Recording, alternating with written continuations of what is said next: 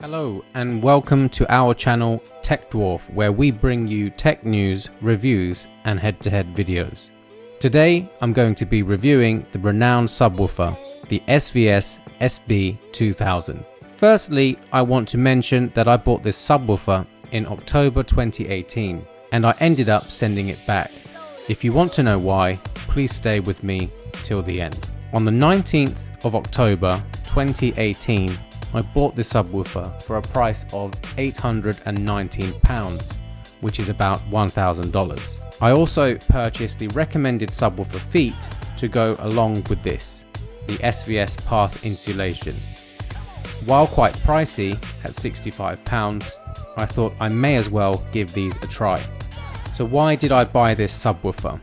What made this subwoofer stand out to me were its specifications. While being a sealed subwoofer, it still boasted a frequency response curve down to a genuine 20 Hz. At the same time, it maintained a miniature form factor and simplistic design. I chose to buy it in the lacquered white finish, which I thought looked great. The 12-inch woofer proudly displays itself at the front of the cabinet. This really attracted me to this particular product. It has a premium sledge amplifier boasting 500 watts of continuous RMS power with a peak of 1100 watts. I wasn't expecting much from this particular product. I had heard many amazing things in forums, but I realized it was still a sealed design. I could also comfortably carry the subwoofer on my own. With an authentic subwoofer, this shouldn't really be possible. Nevertheless, the specifications say otherwise. The claimed frequency range is 19 Hz all the way up to 220 Hz. They even say that this extension should be even deeper by about 2 to 3 Hz in a small to mid-sized room. So what was it like? When firing up this subwoofer and calibrating it to sound right in my living room, I was pleasantly surprised. I have come across many ported subwoofers in the past with much less bass presence and authority. I went on to test a series of scenes from the 2003 film Hulk. This is where the SVS surprised me the most. The opening credits feature an eerie orchestral theme with a perpetual crescendo that builds up to a barrage of bass. The synthesized frequencies climb up the scale, note by note. First an F, G, A, and B.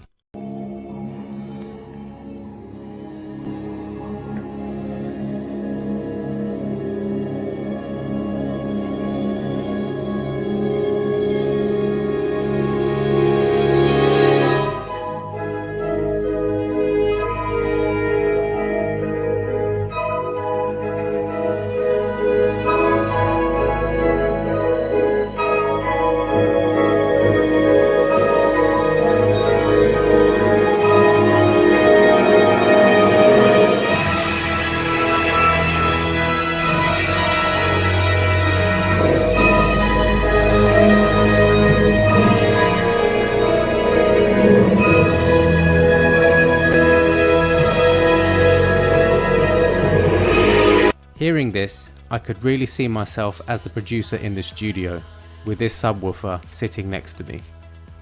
Throughout the film, the SVS SB-2000 continued to impress me. As Hulk leaps through the desert, undertaking his risky escape from the US Army, I was on the edge of my seat, feeling as if I were part of the scene myself. Each one of Hulk's slams felt realistic and carried with it a satisfying bump. My BK monolith was unable to produce this in the exact same way. The SVS had a tighter, more precise tone to the bass, but with it enough bass slam to keep many viewers happy. Overall, I was very impressed with the subwoofer. Its design is beautiful to me. The fact my other half likes it tells me something. The simplistic design, with its subtle, elegant curvature, can feature in most living rooms without spoiling the view. What's the sound like overall? Well, the most important thing is the sound, and I'll summarize that bit right now. The bass extension was satisfyingly deep, which I found very surprising indeed. It retained its studio-like sound while preserving a lifelike approach to its performance. I have tested many other ported subwoofers before from known speaker brands, albeit less expensive than this. Many of those I have been happy with, but for a few £100 more, I think I'll take this SVS if space is an issue. For a sub this size, I haven't yet heard another subwoofer pull off a performance quite like this at this particular price point, of course. However, I ended up sending this thing back in the end. Why? Firstly, there was a slight issue with one of the premium feet I purchased. While I screwed them all into the base of the subwoofer, one of the feet seemed a little wobbly. I could have sent this back for a replacement, but why should I? I shouldn't really have to for a premium subwoofer like this. Secondly, and most importantly, while technically brilliant, I didn't feel it was as convincing as large ported models like a BK Monolith Plus.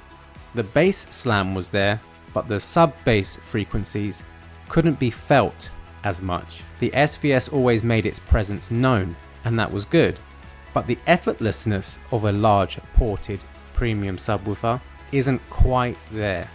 You can see this on the frequency response curve, where below 30 Hz there is a rather large roll-off, more so than ported subwoofers.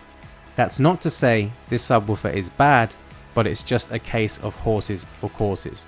I can see many people preferring this subwoofer overall, as it is certainly more adept at retaining musicality, but I don't use my subwoofer for this purpose, unfortunately.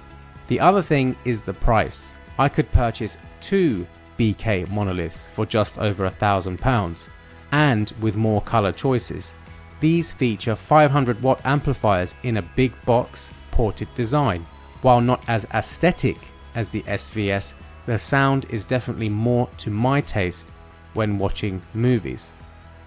There are also many advantages to having 2 subwoofers in the room, like not needing to worry as much about your subwoofer placement. The bass just better integrates into the room with 2 subwoofers. For me, the sound quality of 2 ported subs was just a no-brainer overall. To conclude, it is not the best value for money, but you're paying for aesthetics and you're paying for the brand appeal. SVS is a prestigious leading brand in the subwoofer industry. But for me, style will never win over substance, hence why I'll stick with my 2 BK monoliths, at least for now. Thanks for sticking with me all the way through. I'd be grateful if you could support this channel by giving us a thumbs up and by hitting subscribe. We will have many more interesting tech reviews, news and head-to-heads coming soon. Stay tuned and we'll see you next time.